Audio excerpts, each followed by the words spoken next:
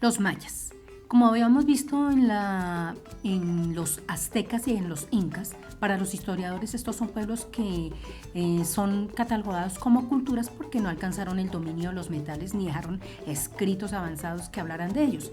Sin embargo, el pueblo maya tiene escritos, algunos escritos, y también dejaron estos escritos plasmados en parte de sus grandes construcciones y en pieles de venado.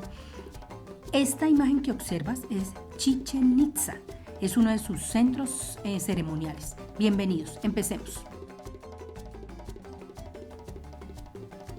La ubicación.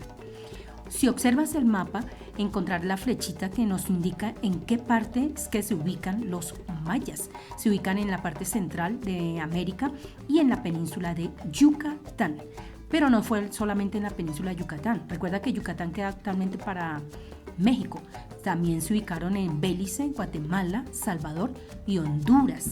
Y al igual que otros pueblos, ellos tienen su propia mitología de cómo fue creado el pueblo maya.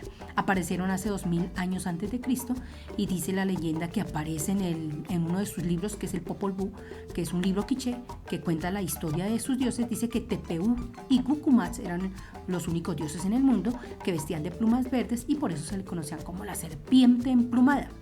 Que se pusieron de acuerdo para hacer la creación junto con Huracán, que era el corazón del cielo. Y entonces que Tepeu y Gucumatz dijeron tierra y se apareció la tierra. Aparecieron agua, montañas y animales. Estaban un poco inconformes con los animales porque los animales no hablaban, solo emitían sonidos y no los adoraban a ellos como dioses. Entonces decidieron castigarlos. Se volvieron alimento, carne de alimento. Luego empezaron a crear hombres de barro, pero esos hombres de barro se derretían y entonces no sirvió esto. Luego crearon hombres de madera, pero estos hombres de madera se volvieron eran como muy fríos, no se preocupaban por sus dioses, así que los convirtieron en monos. Y dice la historia un poquito más rápida, dice que con el tiempo se dieron cuenta del maíz amarillo y del maíz blanco y lo unieron, esos dos tipos de maíz, y surgieron de allí hombres de carne, sangre y músculo, y así es como surge el pueblo maya. Es bonita esa historia y te recomiendo que la leas un poco más, que tiene más creación de la imaginación, ¿no?, del pueblo maya. Se organizaban políticamente. Políticamente los mayas tuvieron un sistema de organización de su territorio de ciudades-estado, algo así como en Grecia, Atenas, Esparta. Aquí también era cada uno por su lado, digámoslo así, cada uno por aparte, no dependía del centro. Habían ciudades importantes como Chichén Itzá, Uxmal, Palenque, que eran allá en la península de Yucatán, Calakmul, que está en la parte de México, Copán en Honduras, en Guatemala tenemos a Tikal y al Mirador. Y como te digo, cada uno tiene este tipo de organización política que vamos a ver, pero es independiente, no dependen de un eje central. Manda en primera instancia para las ciudades-estado a la Shuinik, que es el máximo gobernante en cada una de esas ciudades. A continuación en el gobierno está también a Pol Pot, que cumplía funciones político-religiosas. Tenemos al Nacón, que es el jefe militar. Tenemos a Ahuacán, que es el máximo sacerdote. Están los atupiles, que son como los guardias del orden público y de la religión de la ley de Ahuacán. Está Batabú o Batabou, gobernadores de cada una de las ciudades pequeñas. Y por último, como funcionario público, tenemos a Akushkabou o Kabú, jefe de barrios que rodean las ciudades. Te recuerdo que el centro es donde están los grandes templos y alrededor están los que gobiernan, y en las afueras está el campesinado. Socialmente, es una sociedad muy cerrada, depende de su descendencia de sangre y religiosa, y es difícil moverse a nivel de escala social, o sea que yo pueda ascender a ser una Alash Uini, pues está como difícil. Tenemos al Alash Uini como su máximo jefe a nivel de la sociedad y su familia. Su cargo es hereditario, representa a los dioses, nombra funcionarios y, como te decía, es independiente cada una de las ciudades-estado. La nobleza es la familia del Alash Uini, pero también están los sacerdotes, los guerreros, y son por nacimiento. A continuación vienen los comerciantes, tienen un poquito más de prestigio, tienen un poquito más de libertad por el oficio, ¿no? Que los llevan de uno a otro lado.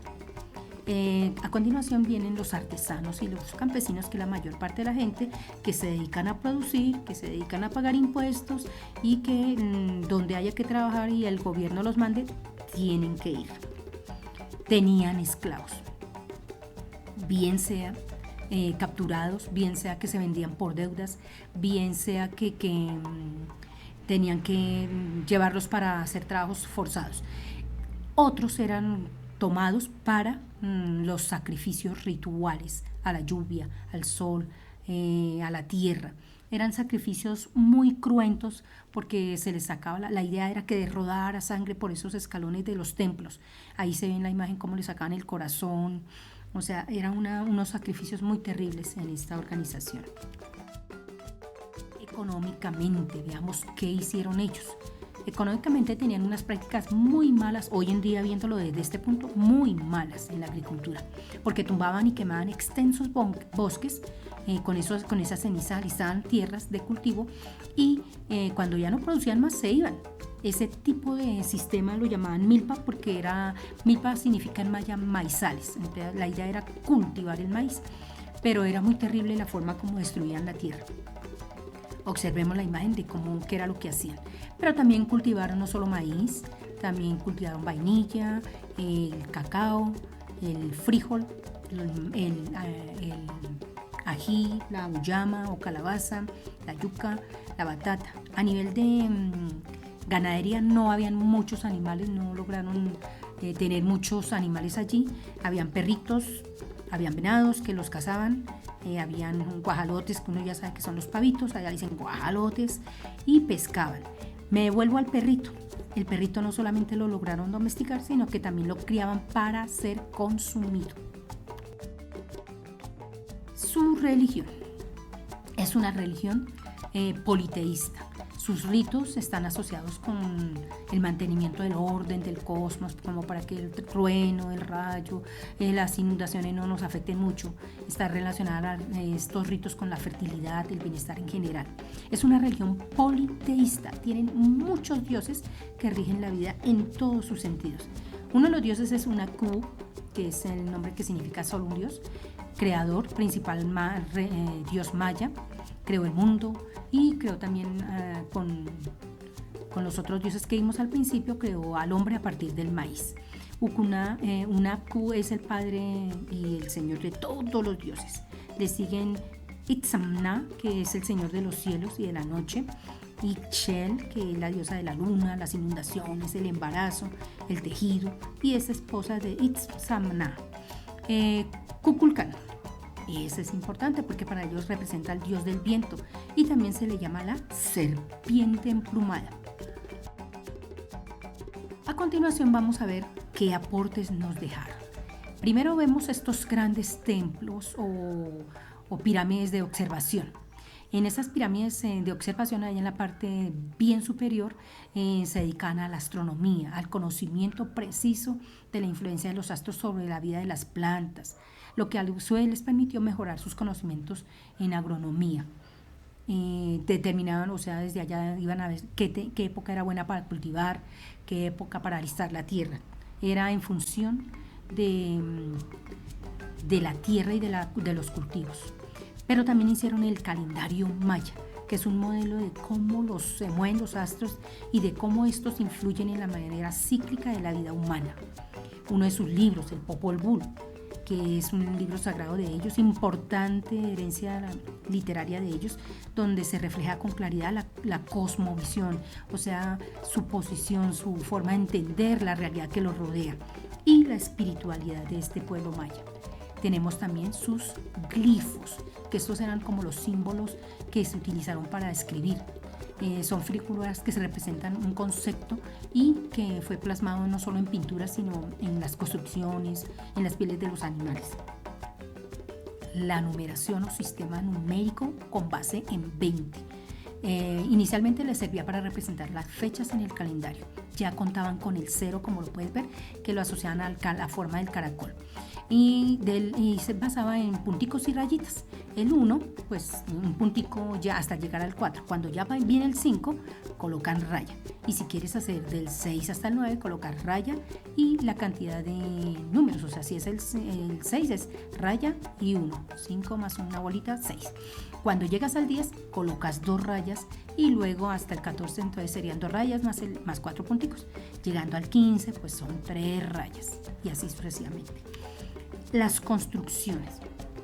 Estas grandes pirámides que a la vez son templos de observatorios, son templos, son observatorios, son tumbas funerarias y las construían, digamos, teniendo en cuenta alineados con las estrellas, con el sol, con la luna. Desde allí se le rinde culto a los dioses en esas escalinatas.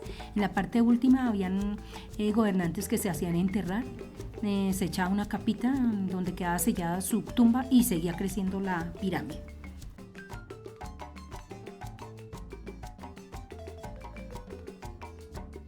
Donde se obtuvo la mayor parte de la información, pero gracias por tomarte el tiempo para ver el tema. Espero que haya sido de tu utilidad y si lo puedes aprobar mi trabajo con tu dedito arriba, mil gracias. Hasta pronto.